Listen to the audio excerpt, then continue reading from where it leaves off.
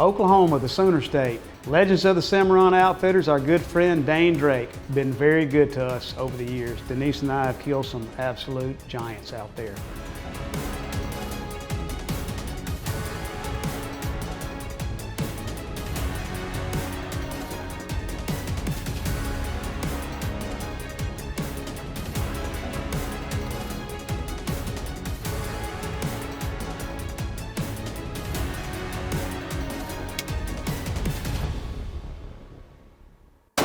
McWhorter Custom Rifles presents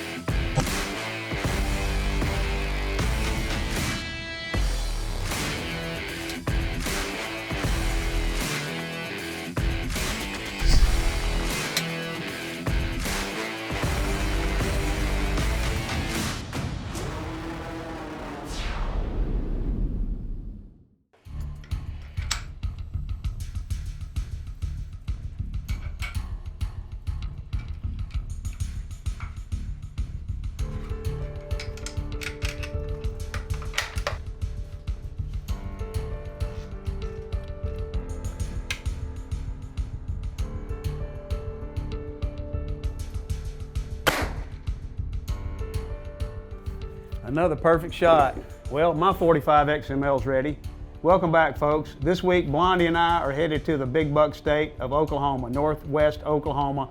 Good friend, Dane Drake, Legends of the Cimmaron Outfitters. We've killed some whoppers before. Dane's got some good bucks on camera. You don't want to miss this. Precision Hunting TV is brought to you by McWhorter Custom Rifles, McMillan Fiberglass Stocks, Swarovski Optique, Hornady Ammunition, and Borden Accuracy.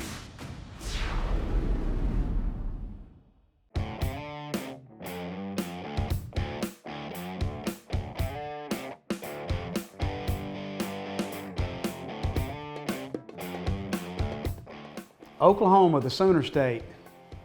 Legends of the Cimmaron Outfitters, our good friend Dane Drake, been very good to us over the years. Denise and I have killed some absolute giants out there. Can't wait to go there again this year. This was going to be a little bit of a challenge. So Dane's a cattle rancher, but he's a great outfitter. Dane has nearly 100,000 acres of panhandle ground in northwest Oklahoma, sand hills, grain fields, cottonwood bottoms, a very diverse habitat that produces some tremendous whitetails. This year in Oklahoma was going to be a challenge, mostly because of the drought. The drought had really affected this area of northwest Oklahoma. They'd had less rainfall this year than any other year in the last 20 years. Some of the deer that we were looking forward to getting bigger this year, they just didn't. One of the deer that we were really after, a buck called Sleeper that Denise was going to hunt, was just a giant last year. Huge body. We figured he was 7 years old last year. We were really looking for him to just be an absolute monster this year, but because of the drought, he wasn't. He was still a really good deer, huge bodied, but just didn't have the horns that he did the previous year. Dane's got an older house very close to the area that Denise is going to be hunting. And that's where we made our camp and get started the first day. So we get there, we're ready to hunt. The weather forecast for the next day or so is not looking great, but we decided to go ahead and go out on the first day. I went out and sat by myself. I sat in a blind very close to where I had killed the Bill Clinton buck the year before, and I saw several deer leaving the alfalfa field from above, and just no shooters. That afternoon, the wind started to roll in, saw a few more deer, but really just a wash on the first day. The second day, even worse. They predicted 70 and it got to 75 mile-an-hour winds, so we didn't even get to hunt. Day 3 morning, still a little bit of rain, but very good forecast for that afternoon. Darren and I sat from long distance and tried to glass the deer to see where they left the field, just kind of pretty much a scouting morning, but getting ready for that afternoon. After the morning hunt, Darren and I went to where Denise was going to hunt that afternoon, a place we call the Honey Hole. had killed several good deer there in the past, and this is where Sleeper was actually showing up. And we set up a pop-up there, and we brushed it in completely with tumbleweeds. And when we got through, it was pretty unnoticeable to the deer, I think. Our weather finally broke, and I'm excited to finally get out for my first set, and we're headed down to the honey hole.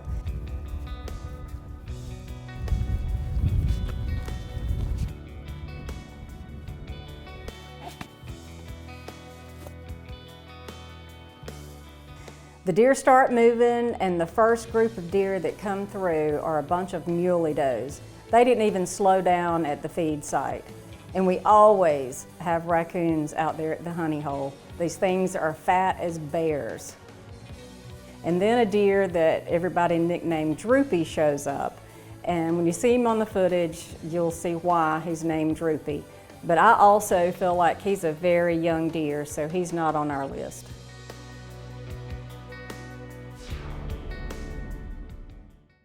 This segment is brought to you by Board & Accuracy, makers of the most accurate custom hunting actions on the market. Manufactured in the USA to true bench rest tolerances. Board & Accuracy equals success.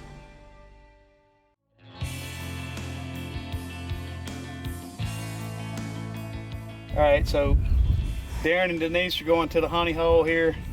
You ready to go finally? I'm ready. I've been waiting on you. I've been sitting in the truck. I got hot. You saw her come out of the front door, right? Let's go. Let's go.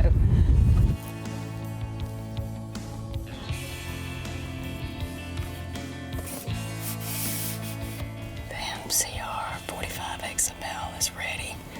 Ignition cartridge loaded. Got my level flipped out. We've got a pretty calm wind evening. We've got the right direction wind. It's warmed up a good bit today. We got in the blind early enough. We had tons and tons of deer last night. So I'm hoping we have at least one deer we did not see last night, and that was our shooter buck, which we have several that are competitors. We'll see what happens this evening.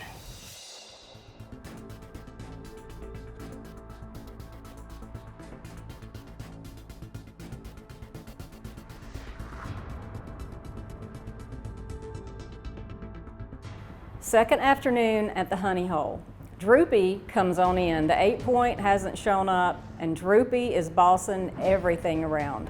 And I just was kind of enchanted with him. He's a cool buck. He's kicking dirt around in the field and showing off, and I'm watching him walk away up the hill.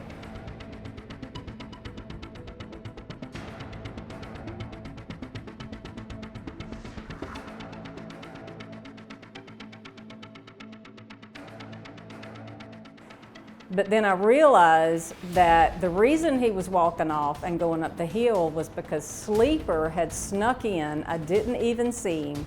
He walked up from behind, from our left, and pushed Droopy off the feed. Didn't take me long to get the 45 XML set and ready.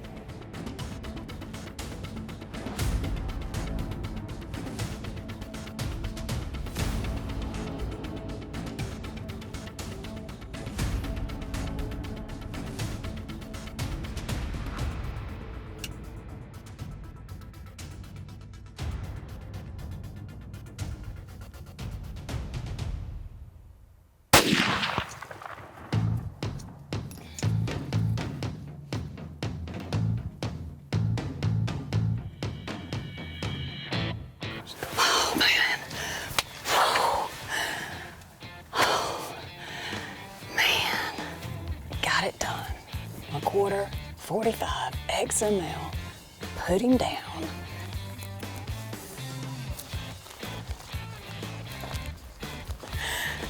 Oh man. Good Lord.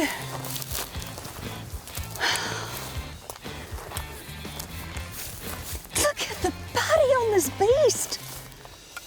I don't know how much this deer weighs, but he does not. He's a lot bigger than he looks. Legends of the Cimmaron Outfitters here in Gate, Oklahoma. Dane Drake does a great job of managing this property. An Oklahoma giant has gone down. Look at that thing. Look at those brow tines. He did pretty good in a drought year, didn't he? Yes, he did. 1, 2, 3, 4, 5, 6. He's 7 by 1, 2, 3, 4, 5, 6, 7 by 7. Good Lord. I think that's Good a job. first. Thank you. Good job. Mwah. Thank you. Sleeper is finally asleep. Asleep. He is asleep. So Denise had killed Sleeper. Though he wasn't quite as massive as he was the year before, just a very good deer. Still 163-inch deer, 320 pounds on the hoof, just a monarch of an 8-year-old deer. Now it was my turn. Precision Hunting TV is also brought to you by Rack 'em Up Roasted Feeds, Rudy's Country Store and Barbecue, Surge Pro by Biofac Crop Care, Armageddon Gear, Gun Foam, Metal Spinning Targets, and Mesquite Creek Taxidermy.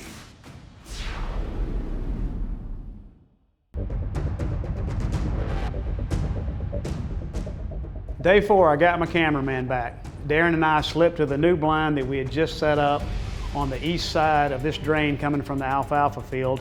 And we saw a few deer, but we saw a really big mule deer on the top coming off of one of the alfalfa fields. And in Oklahoma, you got a deer tag, so you can shoot a whitetail or a mule deer on the same tag. This was a huge bodied deer. When I first saw him, I thought he was a cow. So Darren and I decided to get out with the wind in our face and try to make a stalk. Long story short, we walked and walked and walked, and every time we peeked over a hill, we thought we were gonna see him. I don't know where he went. He just gave us the slip. It just wasn't in the cards. Day 5, we still got some good weather, so way before daylight, Darren and I slip into the CNN blind at the top of the hill off the alfalfa field. We saw a whole bunch of muleys that day, but our target buck still was not to be seen. So after the morning hunt, Darren and I decided to go back and check the honey hole since Denise had already shot there, and lo and behold, a buck that we call highbrow had showed up there. So the wind was gonna be perfect to hunt the permanent blind at the top of the hill. We were gonna have good access to it, so that was the plan for the afternoon. Early that afternoon, Darren and I get in the blind. We got the wind straight in our face. It just didn't happen. We saw armadillos, coyotes, a few does, a few small bucks, but no highbrow. It was a slow evening, but the highlight of the day was waiting for us back at the cabin, Rudy's Barbecue.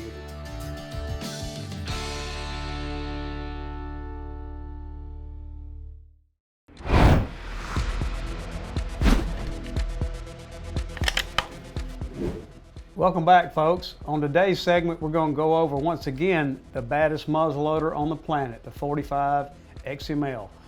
This muzzleloader is capable of shooting black powder or smokeless powder. With smokeless powder, it shoots 2750 with the regular load and 3100 with the big boy load that we call it, with a 325 grain Pittman bullet. So it is, in capable hands, it is at least a 600-yard muzzleloader to make ethical 600-yard shots with. So we're going to start out today. We're going to go over the loading of it, and then we're going to take a shot or two down range. So the first thing we're going to do, I'm going to take a range rod. We got the regular rod in the gun, but we're just going to leave that in the gun for speed up purposes. And you always are going to check, make sure your rod bounces, so you're not going to double load it. You take your funnel, closes off the muzzle brake ports, and we're going to pour in our temp stable powder. And this is the regular load. And we're going to take one of our sized Pittman 325 grain bullets, drop it in the bore, take our spin jag and our range rod, and push it down. Just snug it up. You don't want to crush the powder. All right, now the barrel is loaded. Put it up on our rest area. We're going to take one of our ignition cartridges, put the safety on, and we're just going to bolt it in, and we're ready to shoot now. So today I think we're going to start out at 500 yards here, Keith. So what's my dial up on the SIG? All right, we got 504, and we're looking at 8.84 on your dial up. All right, flip my flatline ops level out. All right, Allan, we got a right-hand wind, 3 mile an hour angle, 50%, And we got some wind shadow, so I would give it a quarter right. You ready? Send it. Perfect. Perfect, perfect. That's why we call it the baddest muzzleloader in planet. First shot at 500 right in the middle of the keel. The energy at 500 yards is still phenomenal. At the muzzle with this load, it's about 5,500 foot-pounds of energy. Not that you need that for a whitetail, but we shoot these heavy for caliber bullets just like we do on the rifles so that you get the benefit of the BC. The BC on this bullet's like 448 G1. The big boy load, which I've been shooting for years, is about 3,100. And with that, the recoil's up about 10 or 12%. But I'm only 185 pounds soaking wet. It's not that bad. You watched that one recoil, and you watched a big trophy deer target get killed right in the middle. So, baddest muzzleloaders on the planet. Give us a call today. We'll be glad to make you one and make one of your muzzleloader hunt dream hunts come true. Precision Hunting TV is also brought to you by McWhorter True Precision Long Range Hunting and Shooting School, Tacticam, Leo Photo USA, Sig Sauer, Trigger Tech, Brux Barrels, and Hawkins Precision.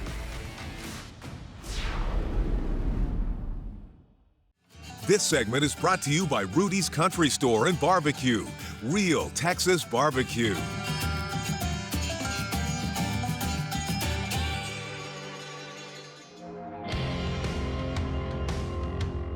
The honey hole blind is not really an option for morning hunting. It's real iffy, and we just didn't want to take a chance on bumping this deer. So we hunted the CNN hilltop blind again. Nothing but cows that day, a few does, saw a few mule deer going back to bed, but we were just really looking forward to getting back in the honey hole that evening. So afternoon of day 6, Darren and I slip into the permanent blind at the top of the hill.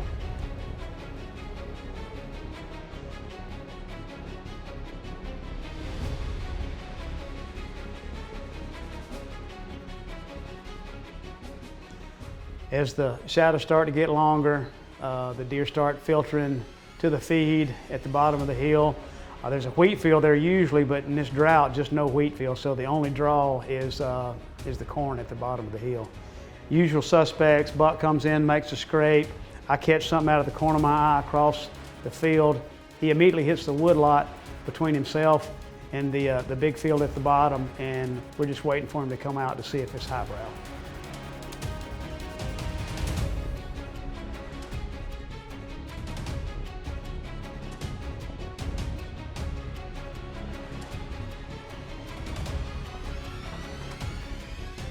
So highbrow comes into the field, all the other deer look up, and he gets the respect that he deserves. Darren and I look at him, and we decide that it's time to bring the highbrow story to conclusion. I put the 45 XML up on the window, and the rest is history.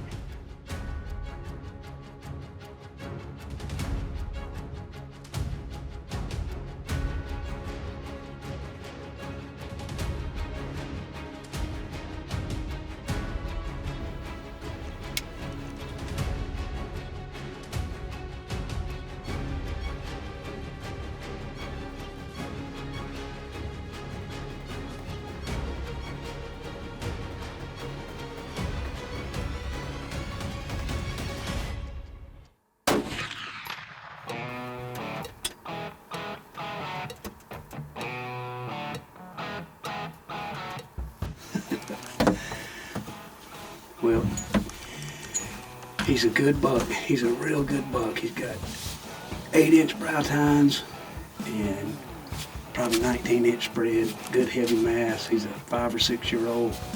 I'm real happy with him. We've hunted hard on this trail.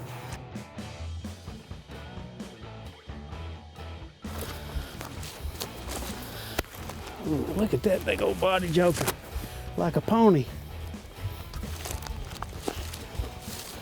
Woo-hoo.